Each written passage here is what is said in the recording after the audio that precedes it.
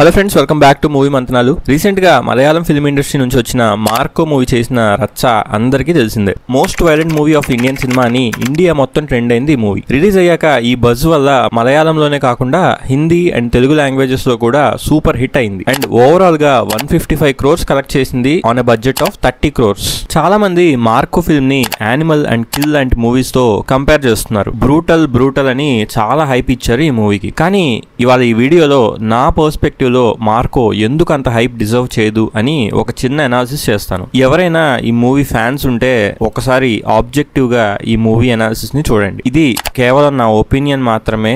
మీకు మూవీ చాలా బాగా నచ్చుండొచ్చు. వీడియోని స్కిప్ చేయకుండా చివరి దాకా చూడండి. మీకు ఒక కొత్త పర్స్పెక్టివ్ ఇంట్రొడ్యూస్ చేస్తాను. Movie plot. First of all ఈ మూవీని ఓవరాల్ గా చూస్తే చాలా అంటే చాలా సింపుల్ స్టోరీ. ఒక మాఫియా ఫ్యామిలీలో ఉండే ఒక ఫ్యామిలీ మెంబర్ ని ఒకడు చంపేస్తారు. దానికి హీరో రివెంజ్ తీర్చుకుంటాడు. ఇదే ఈ మూవీ బేసిక్ ప్లాట్ లైన్. ఈ రివెంజ్ అనేది ఫ్రంట్ అండ్ బ్యాక్ వెళ్తూ ఉంటుంది. అంతే, సింపుల్, నథింగ్ మచ్.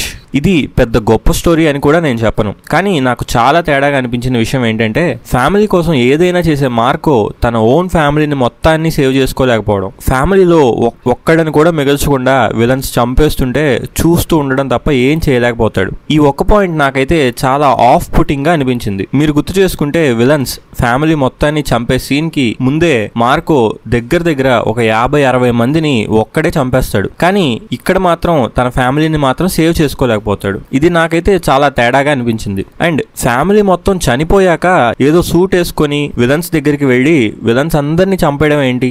నాకైతే ఇక్కడ మార్కో క్యారెక్టరైజేషన్ గానీ అండ్ ప్లాట్ డైరెక్షన్ గానీ మొత్తం ఎక్కడికో వెళ్ళిపోయింది అనిపించింది. మూవీలో నాకు బాగా నచ్చిన ఆస్పెక్ట్ ఏంటంటే, ఈ మూవీలో ఉండే సినిమాటోగ్రఫీ. టాప్ నాచ్ సినిమాటోగ్రఫీ ఉంది ఈ మూవీలో. అండ్ చాలా స్టైలిష్ గా కూడా ప్రెజెంట్ చేశారు హీరోని. ఎనీవే, ఈ మూవీ అంతా పాపులర్ అవ్వడానికి రీజన్ ఈ మూవీలో ఉన్న వైలెన్స్ అండ్ బ్రుటాలిటీ. దీనివల్ల ఈ మూవీని కిల్ మూవీతో అండ్ యానిమల్ మూవీతో కంపేర్ చేశారు. అండ్ ఆ వర్డ్ ఆఫ్ మౌత్ ఎంత స్ట్రాంగ్ గా ఉంది అంటే, ఆ షాక్ ఫ్యాక్టర్ వల్ల అందరూ ఈ మూవీ గురించి మాట్లాడడం స్టార్ట్ చేశారు. Violence versus disturbing content. ఈ మూవీలో ఉన్న వైలెన్స్ వల్ల మూవీ పాపులర్ అయింది అనుకుంటే మీరు పప్పులో కాలేసినట్టే. ఎందుకంటే నా లైఫ్ లో నేను చాలా వైలెంట్ మూవీస్ చూశాను. ఈవెన్ స్లాషర్ మూవీస్ కూడా చాలా ఉన్నాయి హాలీవుడ్ లో. సో నాకైతే ఈ మూవీలో సగానికి సగం సీన్స్ అంత వైలెంట్ గా అయితే అనిపించలేదు. అలా అని ఇంప్రెసివ్ గా కూడా అనిపించలేదు. ఈవెన్ ఆ చైన్స్ ఆఫ్ సీన్ గానీ, ఆ మెట్లెక్కుతూ విలన్స్ ని ఫైట్ చేసే సీన్ గానీ, ఇవన్నీ కూడా అంత గొప్పగా అయితే నాకు అనిపించలేదు. ఎస్పెషల్లీ ఈ మెట్లెక్కుతూ ఫైట్ చేసే సీన్ అయితే డేర్ డెవిల్స్ టీవీ సిరీస్ లో ఉండే hallway fight and old bye మూవీలో ఉండే ఈ ఫైట్ సీన్ నుంచి హెవీగా ఇన్స్పైర్ అయ్యారు. సో బ్రుటాలిటీ విషయానికి వస్తే నాకైతే ఈ మూవీలో అంత బ్రూటల్ గా గానీ వైలెంట్ గా గానీ అనిపించిన ఫైట్ సీన్స్ అయితే ఏమీ లేవు. కానీ ఇంటర్వెల్ తర్వాత వచ్చే సెకండ్ విలన్ మార్కో ఇంటికి వెళ్ళి వాళ్ళ ఫ్యామిలీ మొత్తాన్ని చంపేస్తాడు. అక్కడ ఏదైతే చూపించారో అది బ్రూటల్ కంటెంట్ కాదు, అది డిస్టర్బింగ్ కంటెంట్. ఒక మూవీలో చంపుకోవడాలు, నరుక్కోవడాలు మనకి కొత్త ఏం కాదు. అప్పట్లో వచ్చిన నరసింహనాయుడు నుంచి రీసెంట్ గా వచ్చిన పుష్ప 2 దాకా అన్ని మూవీస్ లో నరకడాలు, చంపడాలు లాంటి బ్రూటల్ సీన్స్ చాలానే ఉన్నాయి. కానీ డిస్టర్బింగ్ గా ఉంటాయా అంటే నో. ఒకసారి పుష్ప 2లో ఉండే క్లైమాక్స్ సీన్ గానీ, సలార్ లో ఉండే కాటేరమ్మ సీన్ గానీ తీసుకోండి. హీరో విలన్స్ ని చంపుతుంటే మనకి అది తప్పు కాదు అనే అనిపిస్తుంది. ఆ సీన్స్ లో కూడా వైలెన్స్ చాలా ఉంది. హ్యాండ్స్ కట్ అవుతాయి, లెగ్స్ కట్ అవుతాయి. కానీ అది డిస్టర్బింగ్ కంటెంట్ లాగా అనిపించదు. కానీ మార్కోలో వాళ్ళ ఇంట్లో జరిగే సీన్ చూస్తే one of the most disturbing scenes I have ever seen అనిపించింది. కొన్ని సీన్స్ చూస్తే అసలు ఈ సినిమా ఎందుకు చూసాం అనిపిస్తుంది. ఎప్పుడో కాశ్మీర్ ఫైల్స్ లో ఉండే కొన్ని సీన్స్ నాకు అలా అనిపించాయి. చూసిన నెక్స్ట్ డే కూడా మైండ్ అంతా పాడైపోయింది. కానీ for a movie like Kashmir files it is needed. ఎందుకంటే రియల్ గా జరిగిన ఇన్సిడెంట్ యొక్క వెయిట్ తెలియాలి అని మేకర్స్ అలా చూపించారు. మళ్ళీ ఈ మూవీలోనే అలాంటి సీన్స్ అయితే చూశాను. And it is verse.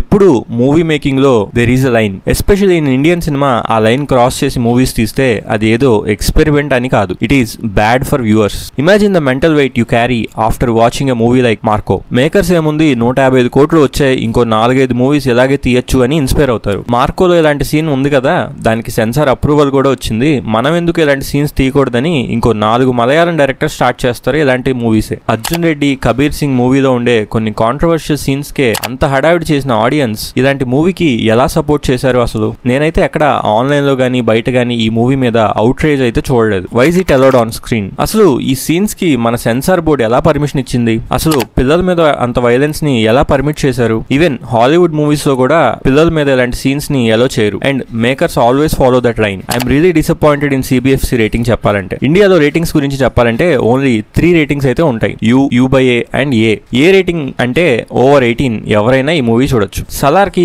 A rating ఉంది, మార్కోకి కూడా ఏ రేటింగ్ ఉంది. అప్పట్లో వచ్చిన మిర్చి మూవీ కూడా ఏ రేటింగ్ అని మీకు తెలుసా? అంటే ఈ మూవీస్ అన్ని ఒకటేనా? వ్యూవర్ మీద సేమ్ ఎఫెక్ట్ ఉంటుందా అంటే నో. మార్కోలో ఉండే సీన్ చాలా అంటే చాలా డిస్టర్బింగ్ గా ఉంటాయి and it should not be allowed on screen. Hollywood లో కూడా ఇలాంటి డిస్టర్బింగ్ మూవీస్ వస్తాయి చాలా, బట్ ఆ మూవీస్ కి సపరేట్ రేటింగ్ ఉంటుంది. It's called NC-17. ఏదైనా మూవీకి ఆ రేటింగ్ ఉంటే ఇంకా ఫిక్స్ అయిపోవచ్చు ఇట్స్ గోనా బి డిస్టర్బింగ్ అని. మరి ఇండియాలో అలాంటి రేటింగ్ ఎందుకు లేదు? There is a limit for everything in my opinion. మన సొసైటీలో చాలా జరుగుతున్నాయి, ఇంకా దారుణంగా చాలా విషయాలు కూడా జరుగుతున్నాయి. ఇట్ డస్ నాట్ మీన్ అవన్నీ మనం స్క్రీన్ మీద క్లియర్ గా షూట్ చేసి మరి అందరికీ చూపించొచ్చు అని. నా ఉద్దేశంలో ఇలాంటి మూవీస్ తీసే మేకర్స్ కూడా చాలా రెస్పాన్సిబుల్ గా ఉండాలి. ఇలాంటి సీన్స్ వల్ల జనాల మీద ఉండే ఇన్ఫ్లుయెన్స్ ని మనం మర్చిపోకూడదు. సినిమా అంటే ఒక మీడియం ఆఫ్ ఎంటర్టైన్మెంట్ గా ఉండాలి కానీ ఒక సినిమా చూశాక మన డే మొత్తం పాడైపోయేలా ఉండకూడదు. ఇది కంప్లీట్లీ నా పర్సనల్ ఒపీనియన్. కల్కి 2898 AD దాకా ఉండే మోర్ టెక్నికల్లీ అడ్వాన్స్ మూవీస్ వైపు మనం వెళ్ళాలి కానీ ఇలా చీప్ వైలెంట్ ఫిల్మ్స్ వైపు వెళ్ళడం అనేది చాలా బ్యాడ్ ప్రెసిడెంట్ సెట్ చేస్తుంది. మన ఇండియన్ మూవీ మేకింగ్ లో ఈ బ్యాడ్ ప్రెసిడెంట్ ని ఎవరు ఫాలో అవ్వకూడదు అని కోరుకుంటున్నాను and most advance movie making వైపు మన మూవీస్ వెళ్ళాలి అని కోరుకుంటున్నాను. ఈ మూవీని చూసి ఇలాంటి మూవీస్ తీయొచ్చు అని మన తెలుగు ఫిల్మ్ మేకర్స్ అయితే ఫ్రీ హ్యాండ్ తీసుకోకుండా ఉండాలి అండ్ రెస్పాన్సిబుల్ గా ఉండాలి అని కోరుకుంటున్నాను. అండ్ ఈ వీడియోని ఇక్కడితో ఎండ్ చేస్తున్నాను. మీ థాట్స్ కింద కామెంట్ చేయండి. Thanks for watching our video.